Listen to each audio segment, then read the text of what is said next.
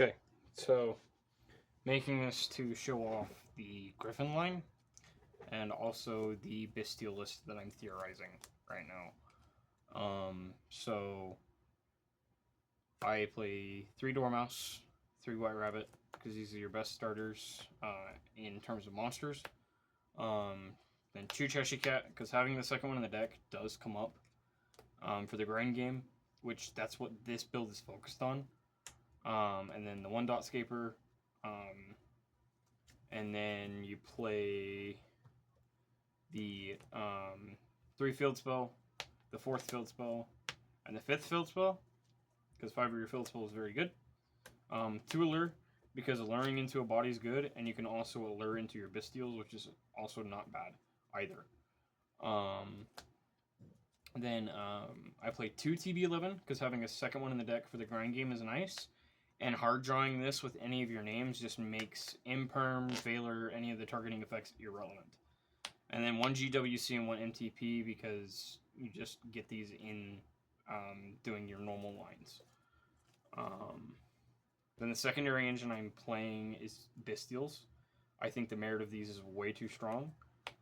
I want this Balldrake to be a second Druis Worm. So you play 2 Druis, 1 Mag, 3 Lubellion, and then 1 Regained.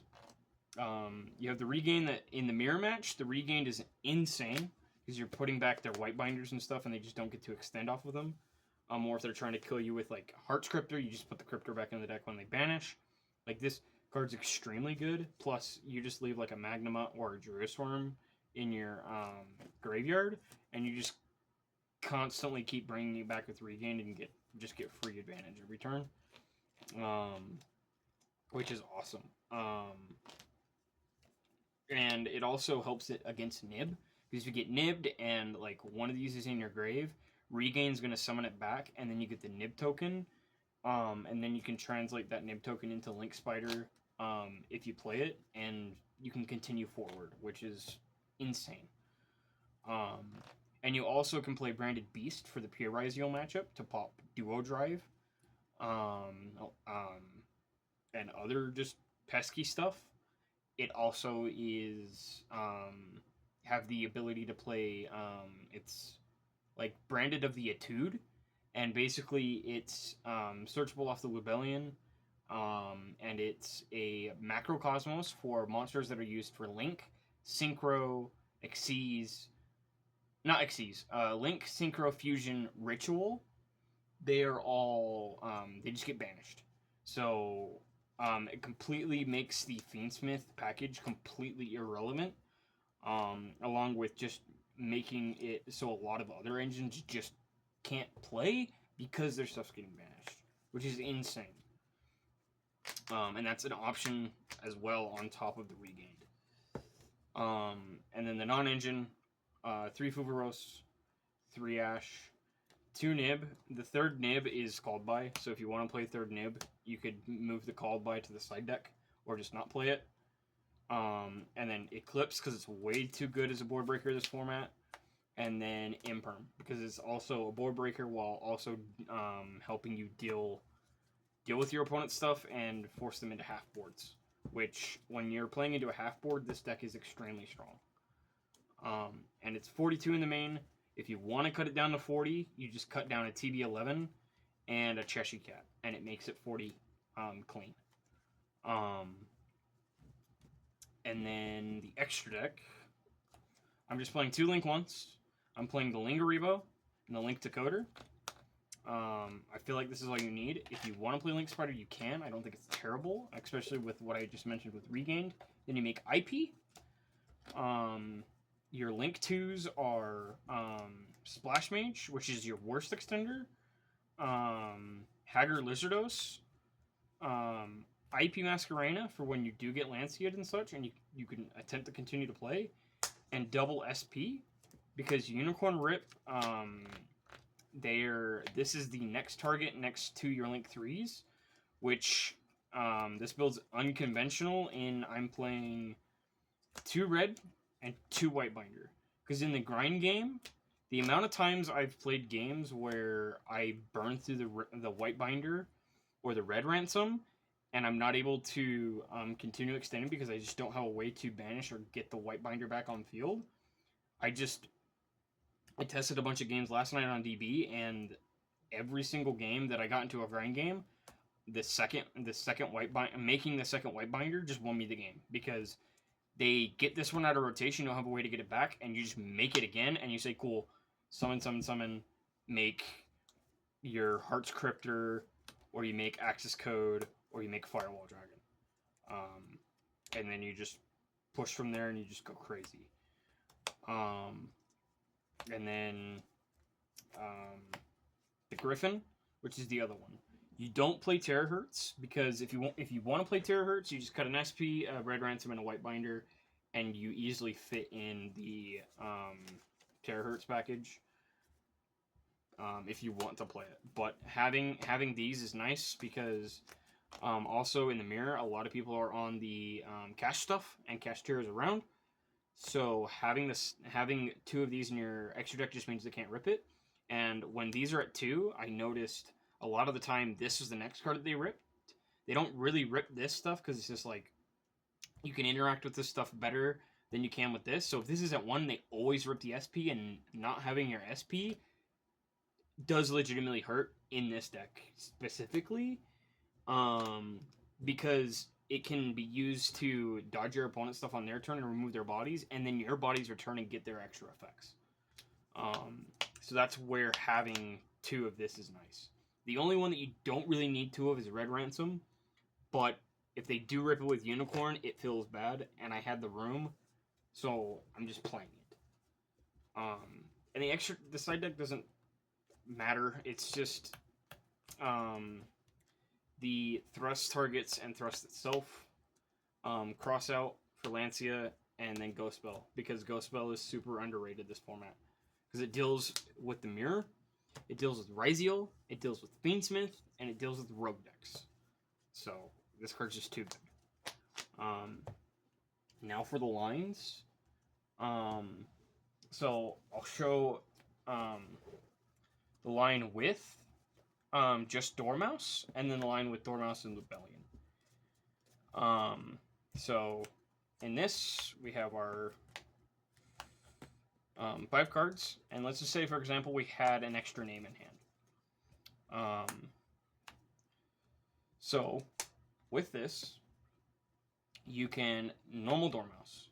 Dormouse will activate its effect, banishing White Rabbit. White Rabbit summons, and then it's going to set you TB11 from your deck. You then translate these 2 into Haggard. Haggard is then going to banish Dormouse. Dormouse is going to then summon. You then translate these into Red Ransom. Now, the lines that people typically do is they'll TB11 out away the Red Ransom and then resummon. But then you don't have the TB11 to do stuff on your opponent's turn to try to get you a grind game set up. So I typically, in this combo, I don't ever activate this unless I need a dodge nib. This is going to activate getting your Malice Underground, and people say you hold this so you can banish your name out of the grave, but it's like if you use TB11, you can't banish this out of the grave and resummon with it. So I use the Underground and get Cheshire Cat. Cheshire Cat's then going to summon. You've paid 900 at this point. These 2 are going to translate into your SP. SP is going to banish your Red Ransom. Red Ransom's then going to activate its effect and it's going to resummon. It doesn't matter where you place it here because it is going back into the graveyard. And then you're banishing Thoughtscaper out of your deck. Thoughtscaper's then going to activate and summon. And then from here, what's nice about this is you get to this point, like, if you're just on the Red Ransom and you didn't activate this, you can just activate this, banish Red Ransom, or you can TB11 it away, and you're fine. Or if they nib you here, then you banish these 2, this goes, you have the token, and then if you have any kind of bystial, you can still make a resemblance of an M board, because then these come back, and then you can TB11 out of body after making an IP. if you, with the bystial and the token into a link spider. And then you have like this IP, and then you summon a body off this, and then you link those two off into Whitebinder, which is extremely good. Or you can make Heartscriptor as well with the additional body that you get off of this. But if they don't, you're at this point. You're going to translate your SP and your Red Ransom into your binder. But before we do that, we got to remember, not for this line, but if you do have Lubellion, this is going to matter. So these in the binder, binder's then going to banish. I typically get rid of the SP so they can't dark it. I put the Cheshire Cat so I can have a name there for, what's it called? So I can have a name for Heartscriptor, and then Haggard. Just to banish the cards and get them out of rotation so my opponent can't do stuff with them. And then I like leaving the Dormouse and White Rabbit in the grave for my opponent's turn. Then we're going to activate the Whitebinder, setting your GWC, which is the best trap that you have. We're then activating the GWC, banishing Binder, summoning Red Ransom. We paid 9, we paid another 9, and then 9 here. We're gaining 23. So we paid 27. We've only paid 400 life points in the combo, and we're going to be resetting this and gaining more life. If you wanted to be up in life, you could do the same line. You end up in life, and you just don't activate Whitebinder. And you just gain 2,300, and you're up in life, and you win in time. We're then going to use, but that doesn't matter. So you summon this back, you gain your 23. You're then going to use the Whitebinder to summon. And you're going to draw a card.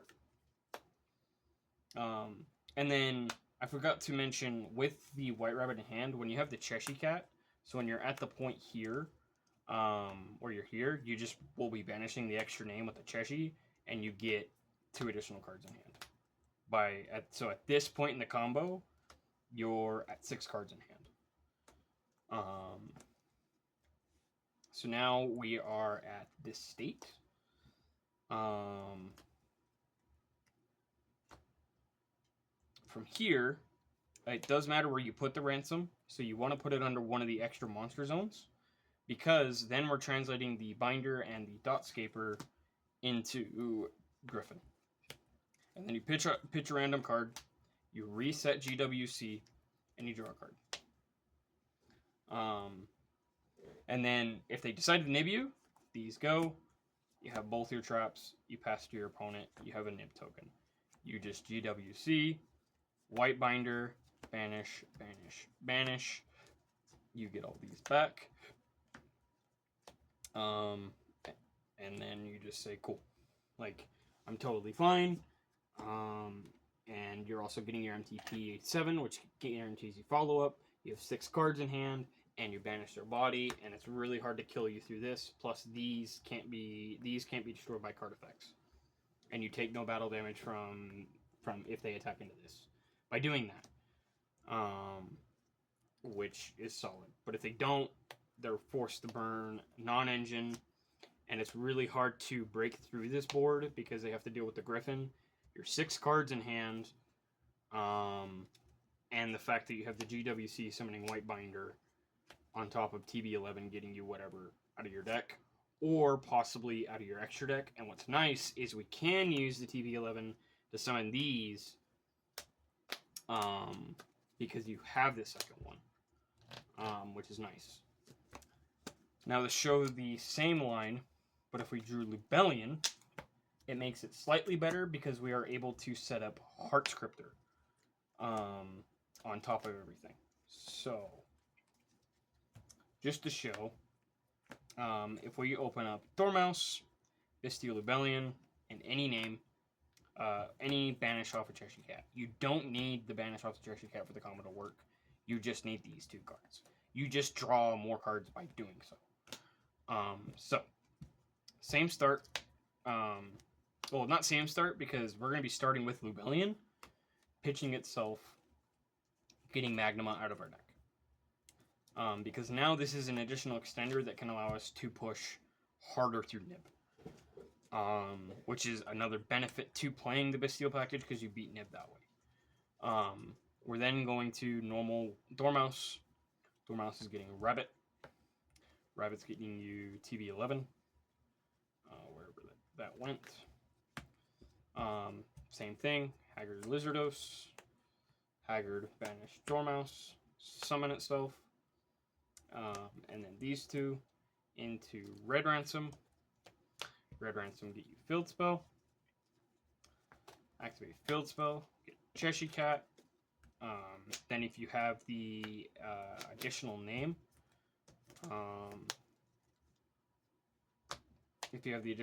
then you withdraw here. We still have 4 cards in hand. We're then translating these into SP. SP banish Ransom. Ransom summons, getting you Dotscaper out of the deck. And then from here, this is where it's important that we use Dotscaper to make Link Decoder, because we need the additional body in order to We need the additional body in order to make the Cryptor and Gryphon, and this it counts as 2 bodies. We're then going to translate these 2 into Binder. Well, before that, sorry. Before we make Binder, we want to set up Regained, because Regained is going to allow us to put back our SP into our extra deck. Or if we wanted to, we could put back Link Decoder. We can put back whatever we want. It doesn't really matter. It's just at whatever point, like if you want to put this back before you make Binder, or if you want to wait. You just have to decide what you want to put back with Regained is when you do your Bystial. So let's say I wanted to put back SP. I'm going to Magnamut, target a name. It doesn't really matter. I'll usually just target Cheshire Cat. And then Magnamut will summon. Magnamut will activate on the to search on end phase. We're then going to tribute it to get Lubellion. And then we're going to use Lubellion, getting Regained out of our deck. We then translate the SP and the Red Ransom into White Binder. White Binder is going to banish the SP. If we wanted to, we can put back the Magnamut, but I'll leave it in gray for Regained. We'll banish not Dotscaper, like Haggard Lizardos, and the other stuff you kind of just want here, because this you can summon off Splash Mage and it counts as 2 bodies. Dormouse, White Rabbit, banish these. This is where you can Regain, put back SP, and you can draw a card. So you're still ending on the 6 cards in hand. Just don't have as many until later. We then will go from here. This will get your GWC. You fire off the GWC, getting you Red Ransom. Remember to put it underneath the extra monster zone. This comes back, draws a card. Then, from here, this is where you take your Decoder, your Lubellion, and your White Rabbit into Heart's Cryptor. From here, the Link Decoder is going to activate, summoning itself back, because you used it to make the Link 3 or higher with 2300 or more original attack. You then translate the Heart's Cryptor and the Link Decoder into your Gryphon. From here, the Link Decoder is going to get banished. You then activate Regained, putting the decoder back, drawing a card. And then Gryphon's going to activate, discarding, setting you GWC. Then, when you proceed to end phase, you're going to get your Bystial Druisworm, or your Baldrake. Either or, whatever which. Baldrake, you are guaranteed to have the darks to be able to tribute for it, so it really just comes down to which is more appealing to you, depending on the threats. For sake of interruptions, we'll do Baldrake. If you have the extra name, then you end with... if you have the extra name, you're going to still end with the 6 cards in hand, because you banish the one. Yeah, you end with 6 cards in hand and the bystial with this setup. But what's nice is we now have Cryptor in the Grave. Shout out Juan for mentioning if there's a way to make Cryptor on the, fire off, it's crazy, which I don't disagree with. But the only way to make the Cryptor is by playing by having a bystial, and by playing more bystials, you're guaranteed to draw it. So that's the list that I'm testing. That's the theory behind it. This line allows you to beat Nib fairly efficiently. Along with this build gives you a crazy grind game. You don't lose the Unicorn. Yes, you do still lose the Lancia, but what are we going to do about it? There's not much we can do. But it also gives you the options of the branded cards. I think this build is solid. I just need to theory up more.